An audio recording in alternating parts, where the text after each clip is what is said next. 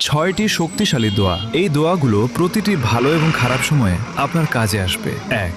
ভয় ও দুশ্চিন্তার জন্য দোয়া। হাসবুনাল্লাহু ওয়া নি'মাল ওয়াকিল। এটি হযরত ইব্রাহিম আলাইহিস সালামের দোয়া। যখন তাকে আগুনে নিক্ষেপ করা হচ্ছিল তখন তিনি এই দোয়া পড়েছিলেন, আল্লাহ তাকে রক্ষা করেছিলেন। 2. শক্তির জন্য দোয়া। লা ইলাহা ইল্লা আনতা সুবহানাক ইন্নী কুনতু মিনাজ জালিমিন। যখনই আপনি কোনো বিপদে পড়বেন এই দোয়া আপনাকে অন্ধকার থেকে আলোয় নিয়ে আসতে পারে। 3. জ্ঞান বৃদ্ধির জন্য দোয়া। রব্বি জিদনি ইলমা। 4. যে কোনো কিছু পাওয়ার দোয়া।